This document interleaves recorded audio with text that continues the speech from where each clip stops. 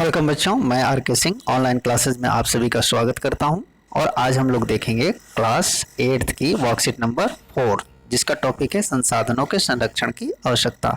बच्चों, पिछले वर्कशीट में हमने संसाधनों के बारे में और उनके प्रकार के बारे में जाना था। इस वर्कशीट में हम देखेंगे कि संसाधनों के संरक्षण की क्यों जरूरत है। जैसा कि हम लोग सभी जानते हैं कि संसाधन हमारे लिए बहुत ही आवश्यक हैं, वो हमारे जीवन को आसान बनाते हैं। तो इसीलिए मनुष्य ने अपनी आवश्यकताओं की पूर्ति के लिए संसाधनों का उपभोग करता है। जनसंख्या वृद्धि, विकास की चाह और लालची प्रवृत्ति के कारण मनुष्यों ने संसाधनों का अंधाधुंध दोहन किया है। खनन, वनों की कटाई आदि के चलते प्रकृति के वन्य प्राणियों का विनाश हुआ है और इनके चलते पर्यावरण का ह्रास हुआ है। जैसे आपको पता है, कागज बनाने के लिए बहुत सारे पेड़ों को काटा जाता है। पेड़ स्केच, लुगदी बना करके ही कागज बनाए जाते हैं। अतः हमें कागज को व्यर्थ नहीं करना चाहिए, बल्कि संभाल के इस्तेमाल करना चाहिए। उसी तरह से प्रकृति में, हमारी पृथ्वी पर पेट्रोल की मात्रा भी असीमित मात्रा में है।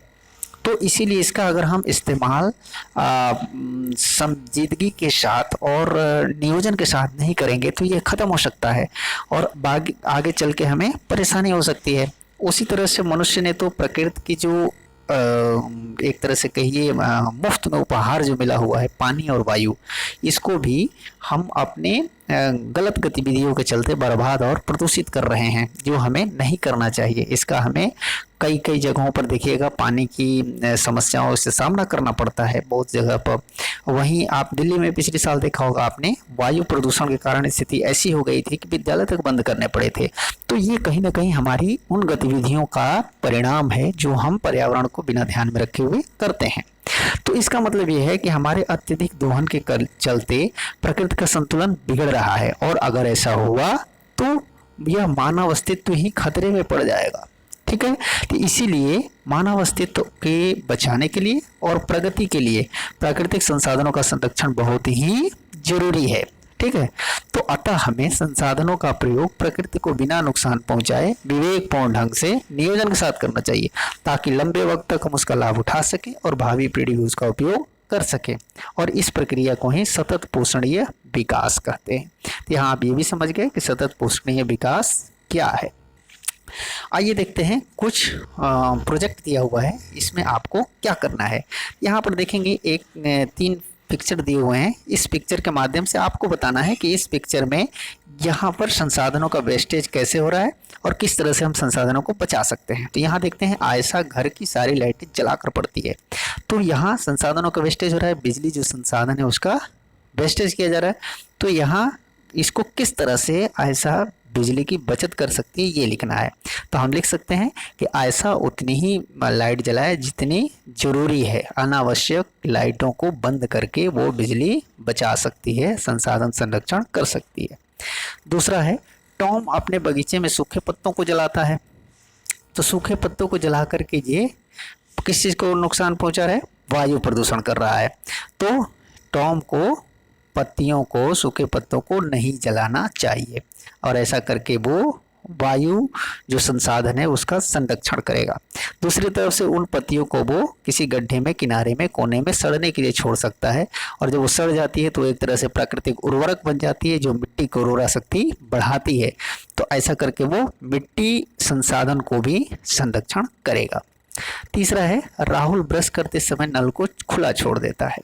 तो यहाँ पर क्या है, राहुल नल को खुला छोड़ देता है। तो इसका क्या कर सकता है कि राहुल को तभी नल खोलना चाहिए जब वो पानी इस्तेमाल कर रहा हो, बाकी समय उसे बंद करना चाहिए।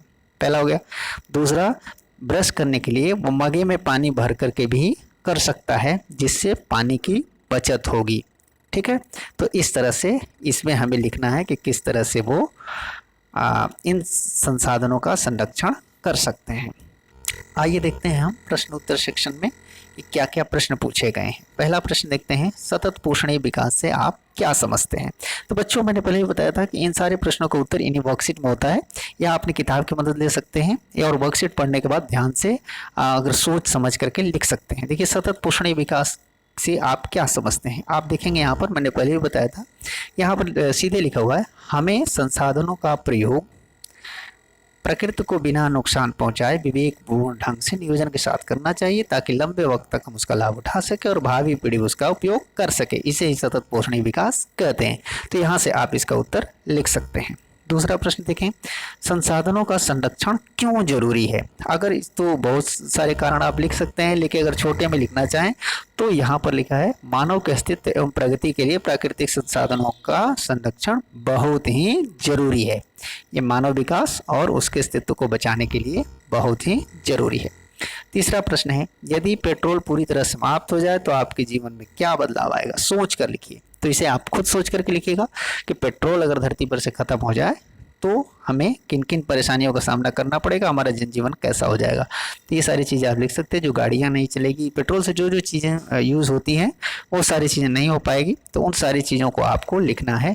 3, 4, 5 परेशानियों को आप यहाँ पर लिख सकते हैं कि किन किन समस्याओं को सामना करना पड़ेगा। अगला प्रश्न देखते हैं, संसाधनों के संरक्षण में आप अपना क्या योगदान दे सकते हैं? ये भी आपका पूरी तरह से खुद से लिखना है कि भाई हम संसाधनों के संरक्षण में क्या कर सकते हैं। तो इसके लिए आप अपने आसपास देखिए कि संसाधनों का वेस्टेज कहाँ कहाँ किस तरह से हो रहा है। तो उसमें आप लिख सकते हैं कि जैसे घर में हम पानी की बचत, वेस्टेज को कम करके पानी की संसाधन को बचा सकते हैं। गाड़ी धोने के लिए हम कम पानी का, इस बाल्टी में लेकर पानी का इस्तेमाल करके हम पानी को बचा सकते हैं। दिन में लाइटों को बंद करके, बल्कि खिड़की खोल करके जो बाहर की रोशनी है उसका इस्तेमाल करके हम लाइट को बचा सकते हैं। तो इस तरह से और भी बहुत सारी चीज़ें आप लिख सकते हैं कि किस तरह से आप योगदान दे सकते हैं संसाधनों के संरक्षण में। तो उम्मीद है आपको ये वर्कशीट समझ में आ गई होगी। तो चलिए कॉपी कलम निकालिए और इस वर्कशीट को पूरा करके भेज दीजिए अपने सर जी को, ताकि वो देख सकें कि आपने कितना कुछ सीखा है। मिलते हैं अगली वर्कशीट में, तब तक के लिए घर पे रहें, स्वस्थ रहें, खुश रहें। धन्यवाद।